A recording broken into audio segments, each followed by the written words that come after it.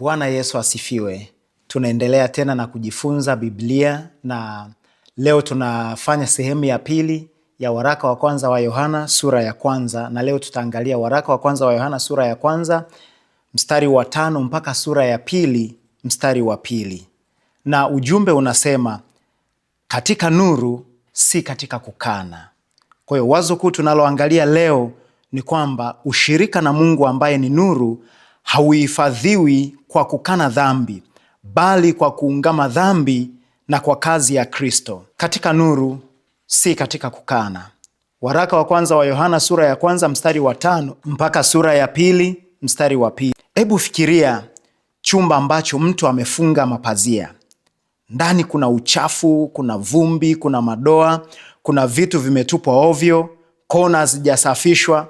Lakini muda wote chumba kinapobaki gizani, mtu anaweza kusema si vibaya, haionekani, labda haitajalisha, labda hakuna mtu atakayeona. Kisha mtu anafungua mapazia, nuru inaingia, na ghafla nuru haikuumba uchafu. Nuru imeonyesha tu kile kilichokuwa tayari ndani. Hapo ndipo Yohana anapotupeleka. Katika mistari 4 ya kwanza, Yohana aliweka msingi katika mwana aliyeonekana, aliyesikika, aliyetazamwa na aliyeguswa.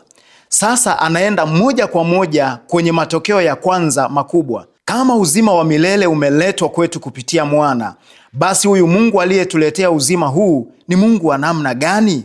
Jibu linakuja kwa kifupi, kwa nguvu, kwa ukamilifu, bila nafasi ya kujadiliana. Mungu ni nuru, wala giza lolote hamna ndani yake. Yohana hasemi tu kwamba Mungu ana nuru, hasemi tu kwamba Mungu hutoa nuru, hasemi tu kwamba Mungu huwasha nuru. Anasema Mungu ni nuru.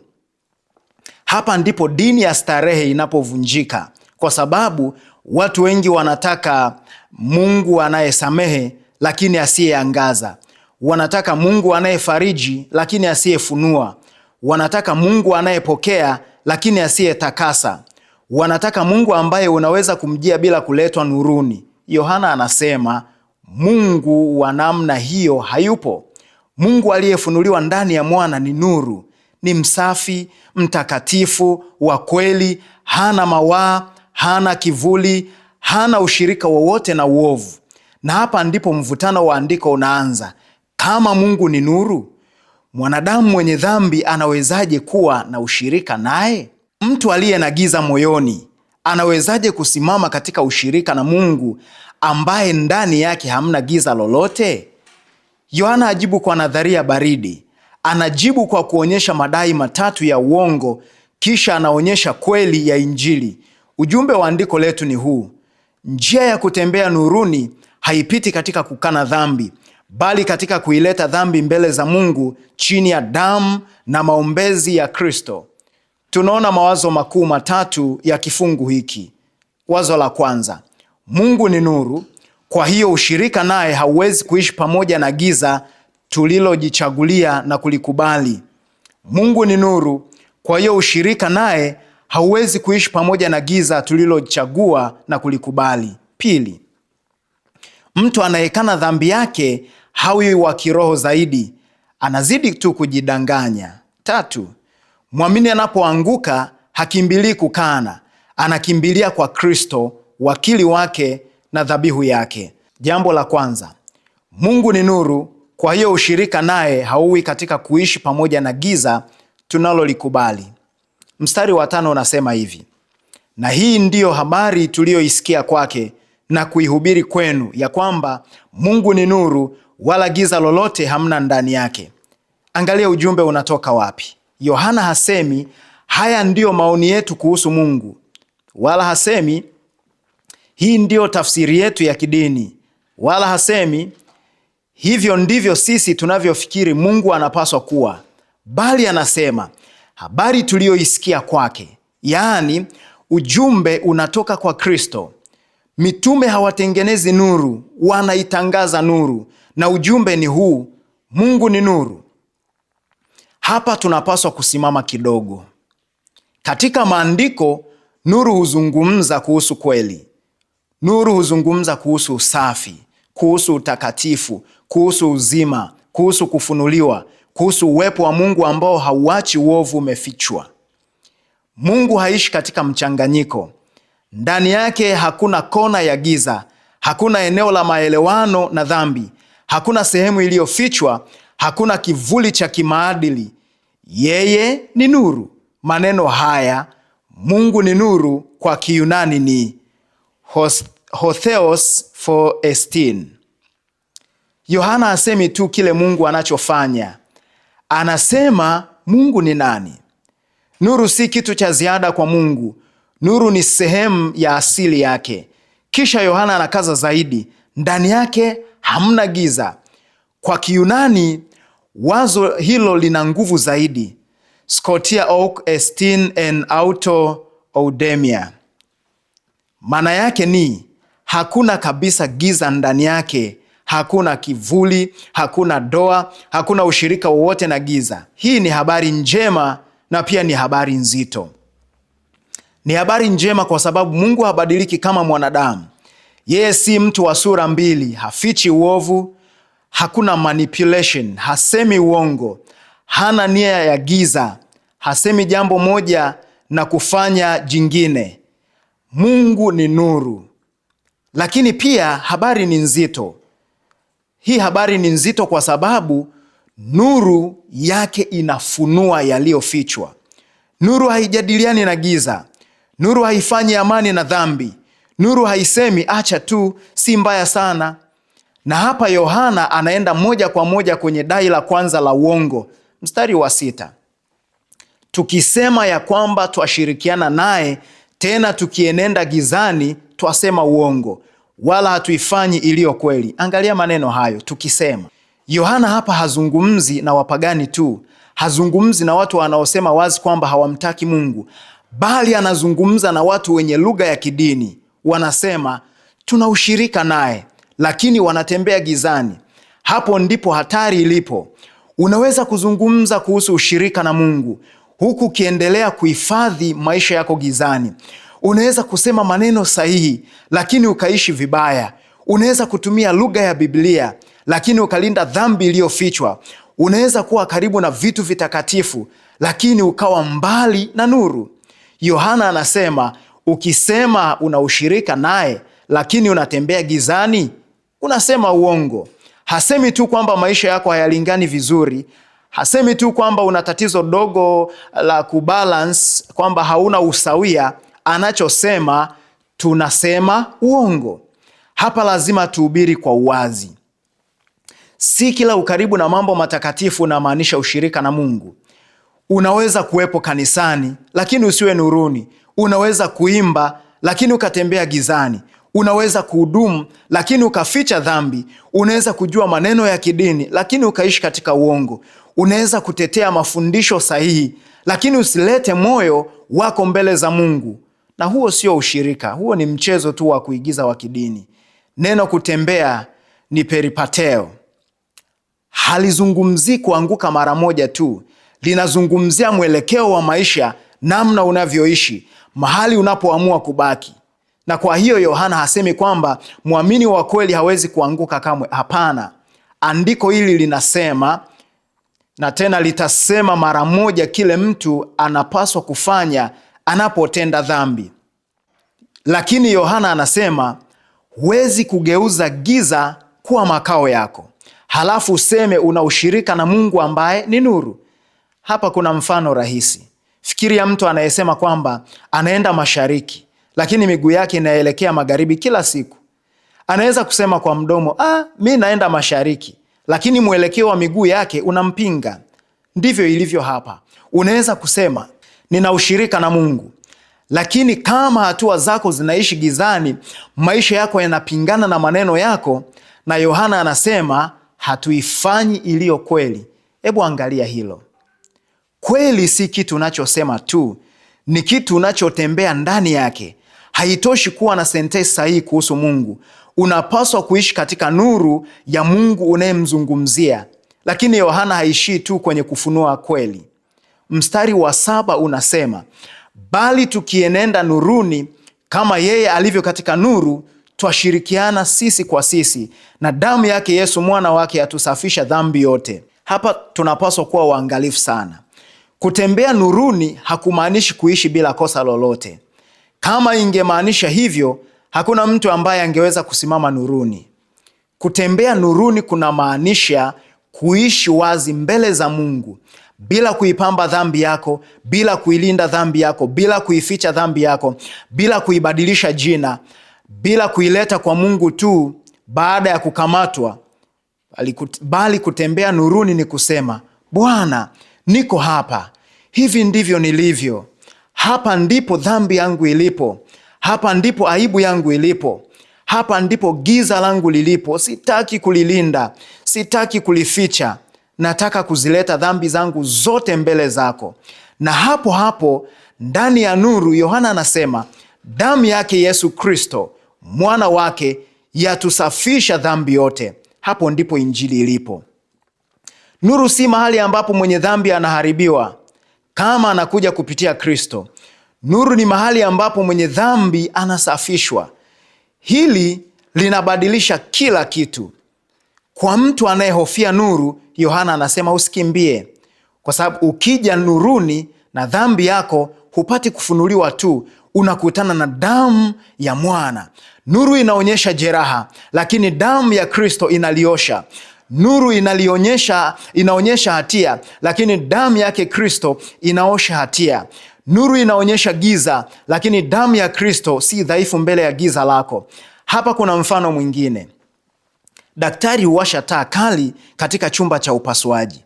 Taa hiyo haijawashwa ili kumdhalilisha mgonjwa. Imewekwa ili jeraha lionekane vizuri na litibiwe vizuri. Mgonjwa akisema zima taa, sitaki kuona, jeraha litabaki. Lakini akikubali nuru, daktari anaweza kufanya kazi. Ndivyo ilivyo na Mungu. Nuru yake si ukatili, ni utakatifu anaouleta mahali pekee tunapoweza kusafishwa damu ya Yesu Kristo.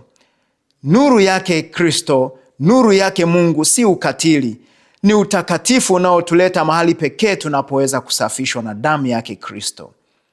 Jambo la pili, mtu anayekana dhambi yake hawi wa kiroho zaidi, anazidi kujidanganya.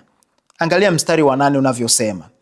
Tukisema kwamba hatuna dhambi, twajidanganya wenyewe, wala kweli haimo mwetu. Dai la pili la uongo linaenda ndani zaidi. Dai la kwanza lilikuwa tuna ushirika na Mungu lakini tunatembea gizani. Hayo ni madai ya uongo. Dai la pili ni kwamba hatuna dhambi. Angalia jinsi kukana kunavyofanya kazi. Mtu asemi kila wakati ninapenda dhambi. Mara nyingi husema jambo la hila zaidi. Hii si dhambi sana. Hii siyo tabia yangu. Mimi ndivyo nilivyo. Nilikuwa nimechoka. Nilichokozwa. Nilikuwa na sababu. Si jambo kubwa sana. Wengine hufanya mabaya zaidi kuliko hili nililofanya. Mungu anajua moyo wangu. Unaona? Na mtu wa dini huwa mbunifu sana anapotaka kukwepa kweli kuhusu nafsi yake. Haiitwi tena dhambi. Anaiita udhaifu. Anasema hii ilikuwa ni pressure tu. Anaita mazingira. Anaita ilikuwa ni hasira tu. Anaita ni majeraha ya zamani. Anaita ni uchovu. Anaita ni hatua ya maisha. Anaita ndivyo nilivyo. Yohana ni mzito zaidi, anasema tukisema kwamba hatuna dhambi, twajidanganya wenyewe.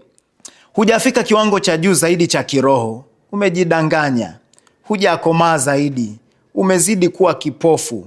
Hujaondoa tatizo, umejifunza kulikataa. Umejidanganya, na kujidanganya ni mojawapo ya aina hatari zaidi za giza, kwa sababu mtu anayewadanganya wengine anaweza kukabiliwa na wengine, lakini mtu anayejidanganya hulinda uongo wake kana kwamba ni kweli. Hapa tunapaswa kusimama. Hakuna dhambi inayolindwa sana kama dhambi ambayo hutaki tena kuiita dhambi. Usipoiita dhambi kuwa ni dhambi, hutaikiri. Usipoikiri, hutaileta nuruni. Na usipoileta nuruni, utaiacha ikue. Ukiacha ikue, mwisho wake itakuongoza. Yaani inapofika mahali unasema kwamba hii dhambi si dhambi sana, hautaikiri. Na kama hautaikiri, hautaileta nuruni. Na usipoileta nuruni, utaiacha ikue. Na mwisho wake hiyo dhambi itakuwa kiongozi wako, itakuongoza. Yohana anasema kweli haimo mwetu. Kama tukiishi mazingira ya namna hiyo, kweli haimo mwetu. Kweli si kitu unachotamka tu, ni kitu unachopokea ndani. Ni kitu kinachokusimamisha mbele za Mungu bila maski, yani bila uzio. Mtu ambaye hawezi tena kujiona mwenye dhambi hayuko ndani ya kweli. Anaweza kuwa na theolojia sahihi kwenye makaratasi, anaweza kuwa na mistari ya Biblia kichwani, anaweza kuwa na miaka mingi kanisani, lakini kama hawezi kusema nimetenda dhambi, basi kweli haifanyi kazi ndani yake. Na hapa Yohana analeta jibu la kweli. Mstari wa 9, tukiziungama dhambi zetu, yeye ni mwaminifu na wa haki, hata tuondolee dhambi zetu na kutusafisha na udhalimu wote. Huu ni mstari wa thamani sana. Hausomwi hivi: tukieleza dhambi zetu, au tukijustify dhambi zetu, au tukijilinganisha na wengine, au tukiahidi kwamba hatutaanguka tena kamwe, au tukijidhabihu vya kutosha, tukijisikia vya kutosha. Mstari unasema tukiziungama dhambi zetu. Neno kuungama ni homologeo. Maana yake ni kusema jambo lile lile, kukubaliana na Mungu na kuitaja dhambi kama Mungu anavyoitaja. Kuungama si kumjulisha Mungu jambo jipya. Mungu tayari anajua. Kuungama ni wakati unaoacha kujitetea, unaacha kujadiliana, unaacha kujificha, unaacha kujionyesha bora kuliko ulivyo, unaacha kuwalaumu wengine, unaacha kusema ndio lakini na unaanza kusema Bwana, wewe uko sahihi, mimi nimetenda dhambi, nimelitia uovu jina lako, na nimeutia uovu kwa jina lingine, nimejificha, nimeupunguza uzito wake, nimekimbia nuru, lakini sasa ninakuja kwako. Kuungama ni mahali mtu hutoka kwenye maigizo ya kidini na kuingia katika kweli. Na angalia Mungu anavyojibu. Yohana anasema yeye ni mwaminifu na wa haki, hata tuondolee dhambi zetu. Kwa mtazamo wa kwanza, sisi tungesema yeye ni mwenye rehema na mwema. Lakini ni kweli, Mungu ni mwenye rehema, Mungu ni mwema, lakini Yohana anasema yeye ni mwaminifu na wa haki. Kwa nini? Kwa sababu msamaha wa Mungu si hisia tu. Mungu hasemi acha tu nitaipuuzia dhambi. Hapana. Dhambi ni jambo zito sana. Mungu hasamehi kinyume na haki yake. Mungu husamehe katika makubaliano kamili na haki yake, kwa sababu Kristo alikufa, kwa sababu damu ya mwana ilimwagika, kwa sababu hatia ilibebwa, kwa sababu hukumu ilianguka juu yake. Na ndiyo maana Mungu ni wa haki. Anapomsamehe mtu anayekuja kupitia Kristo, yeye ni wa haki. Hapa kuna mfano rahisi. Kama hakimu anamwachilia mtu mwenye hatia bila malipo, bila haki, bila msingi, huyo si hakimu wa haki, bali ni hakimu fisadi. Lakini kama deni limelipwa, kama haki imetimizwa, basi anaweza kumwachilia mtu bila kuvunja haki. Ndivyo msamaha wetu ulivyo. Mungu hatusamehe kwa sababu dhambi si muhimu. Anatusamehe kwa sababu Kristo alibeba dhambi. Hatutakasi kwa sababu hatia ni ndogo. Anatutakasa, anatusafisha kwa sababu damu ya mwana inatosha. Ndiyo maana mtu anayeziungama dhambi hategemei nguvu ya machozi yake, wala hategemei uzuri wa maombi yake, hategemei ahadi zake. Anachotegemea ni uaminifu na haki ya Mungu ndani ya Kristo. Na Yohana anasema atuondolee dhambi zetu na kutusafisha na udhalimu wote. Msamaha hushughulika na hatia. Utakaso hushughulika na uchafu. Mungu hafuti rekodi tu. Mungu hafuti kumbukumbu tu. Mungu humuosha mtu. Hasemi tu sitakuhukumu tena, bali anafanya kazi ili giza lisikae ndani yako kama nyumbani. Hapa kanisa linapaswa kujifunza jambo la muhimu sana. Ukomavu sio uwezo wa kuonekana huna dhambi. Ukomavu ni kuishi bila uongo. Si mtu anayeficha vizuri zaidi, si mtu anayejificha vizuri zaidi ndiye aliyekomaa, bali mtu anayekuja kwa unyofu zaidi nuruni. Si mtu anayeonekana mwenye nguvu ndiye mwenye afya zaidi, bali mtu anayejua kusema haraka, nimetenda dhambi, ninahitaji neema, ninahitaji kusafishwa, ninahitaji kutakaswa. Huyu ndiye ambaye amekomaa. Huyu ndiye mwenye ukomavu wa kiroho. Jambo la tatu, mwamini anapoongoka hakimbilii kukana, bali anakimbilia kwa Kristo, wakili wake na dhabihu yake.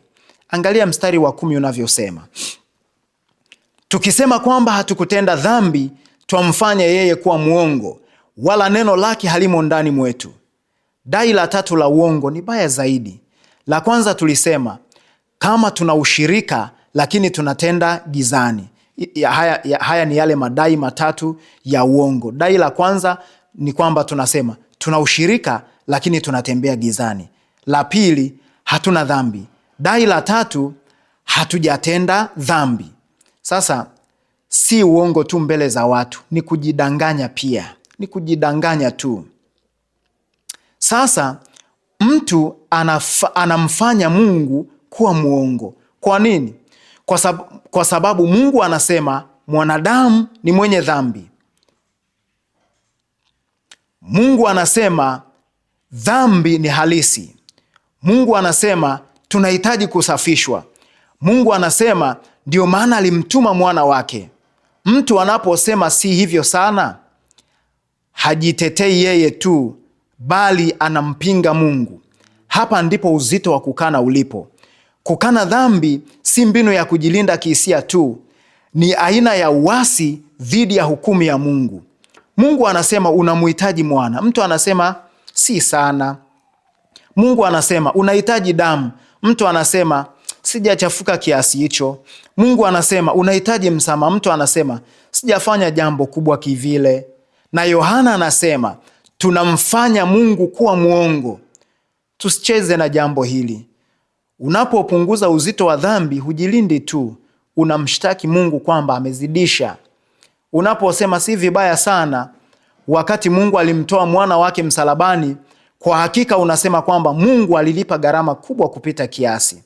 Lakini msamaha unatuonyesha kweli.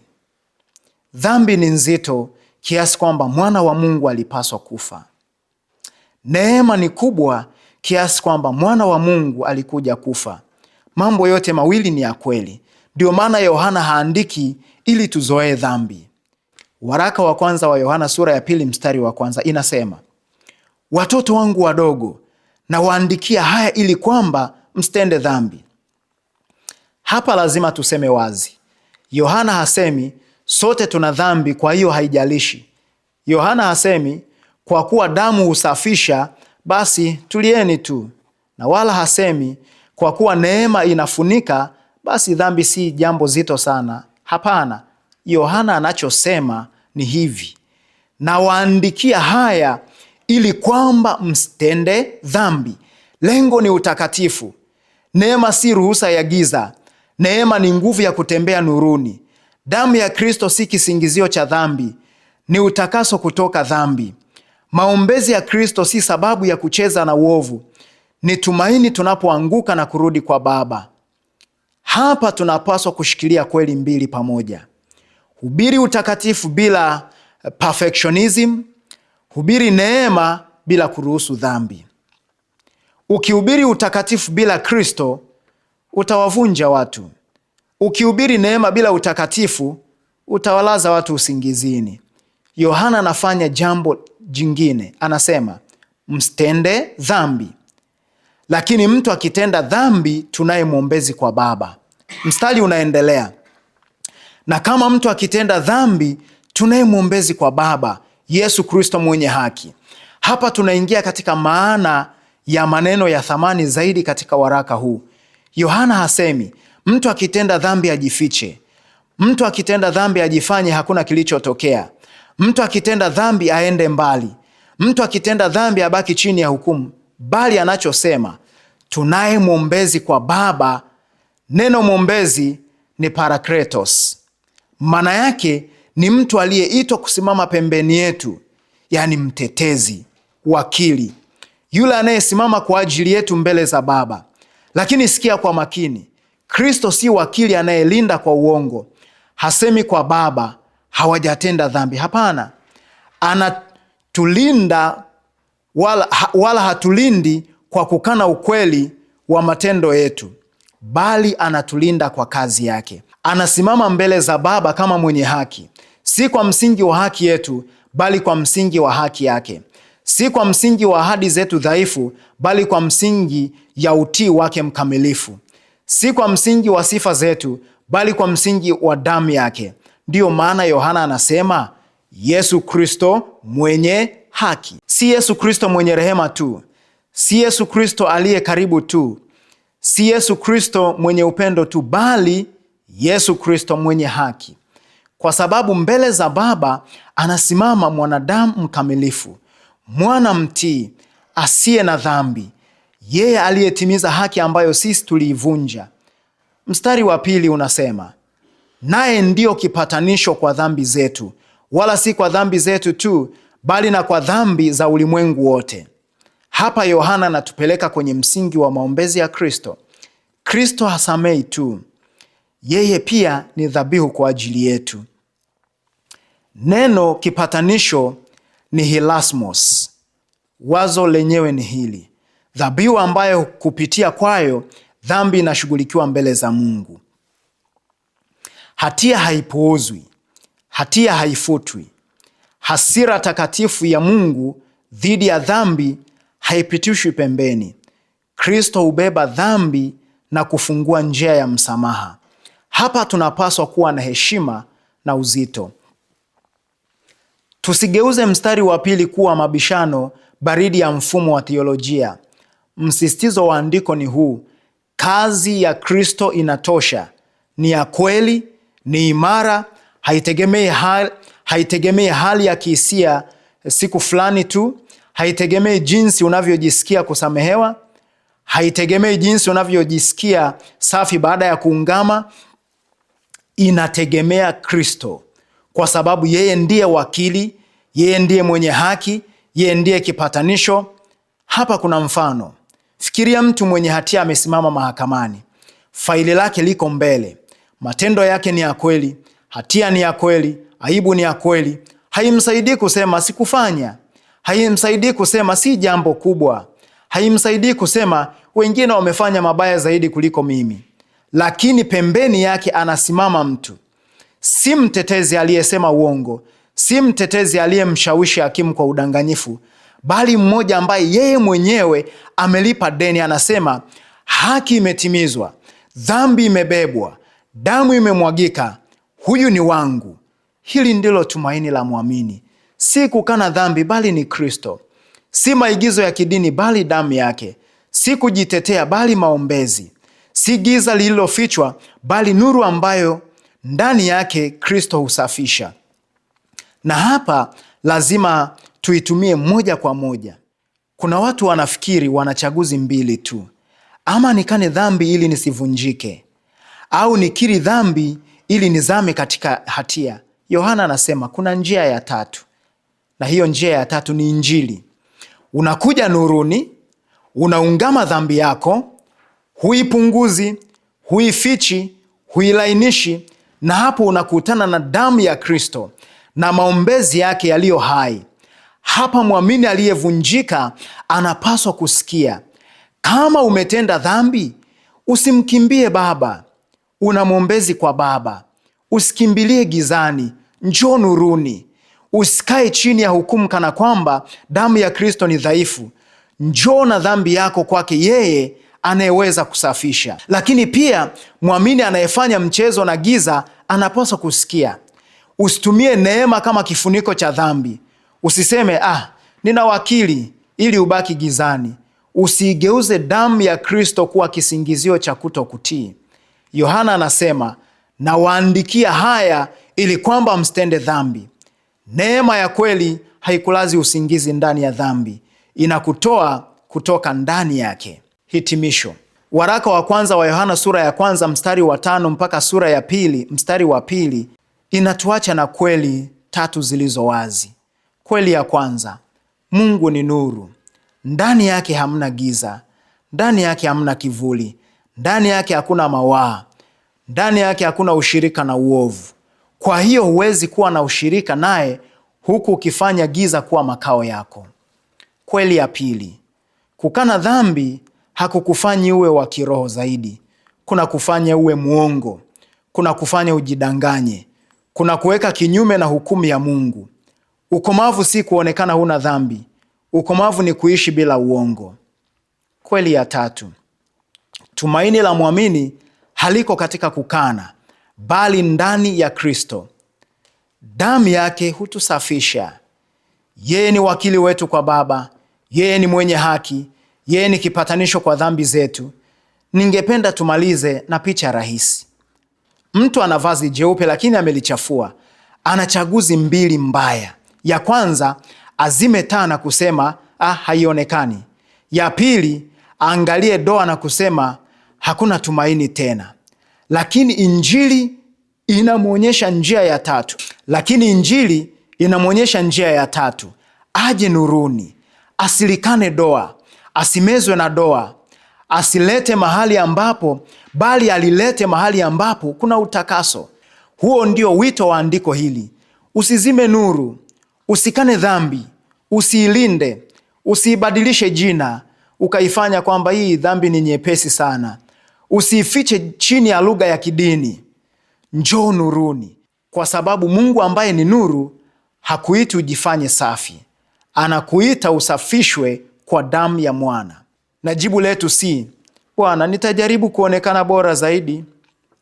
Jibu letu ni, Bwana, nilete nuruni, nionyeshe dhambi yangu, nipe ujasiri wa kuiungama, nisafishe kwa damu ya Kristo, nishikilie karibu na wakili wangu, nifanye nitembee katika kweli, kwa sababu ushirika na wewe hauhifadhiwi kwa kukana, bali unaishiwa nuruni chini ya damu ya Kristo. Nataka tuombe maombi ya mwisho. Bwana, wewe ni nuru. Ndani yako hamna giza, ndani yako hamna kivuli, ndani yako hamna uongo, wala hamna ushirika na uovu. Tusamehe tuliposema tuna ushirika na wewe, lakini tukahifadhi maneno ya giza. Tusamehe tulipoficha dhambi zetu, tulipozipunguza, tulipozilainisha, tulipozihalalisha, tulipozibadilisha majina tukazifanya kuwa nyepesi, tulipowalaumu wengine, tulipoishi katika maigizo ya kidini. Tusamehe tuliposema hatuna dhambi. Tusamehe tulipokupinga kwa kukana kwetu. Tulete nuruni, si ili tuangamizwe, bali ili tusafishwe, si ili tumezwe na hatia, bali ili tuoshwe kwa damu ya Kristo. Tunakushukuru kwa Yesu Kristo mwenye haki. Tunakushukuru kwamba tunaye mwombezi kwa Baba. Tunakushukuru kwamba yeye ndiye kipatanisho kwa dhambi zetu. Tunakushukuru kwamba damu yake husafisha dhambi yote. Tufanye kuwa kanisa la nuru, kanisa lisilo na mawaa, kanisa lisilo na vifuniko vya kujifunika kuficha dhambi, kanisa lisilo na maigizo. Tufanye kanisa lenye unyenyekevu. Tufanye kanisa takatifu, kanisa linalohubiri utakatifu bila perfectionism, na neema bila kuruhusu dhambi. Weka kweli yako ndani yetu. Weka hofu takatifu ndani yetu. Weka toba safi ndani yetu. Weka furaha ya msamaha ndani yetu, na utushikilie karibu na Kristo, wakili wetu aliye hai, katika jina la Baba na Mwana na Roho Mtakatifu. Amen. Mungu akubariki kwa kufuatilia mafundisho haya. Tutaendelea na mwendelezo wa 3 zaidi. Mungu akubariki.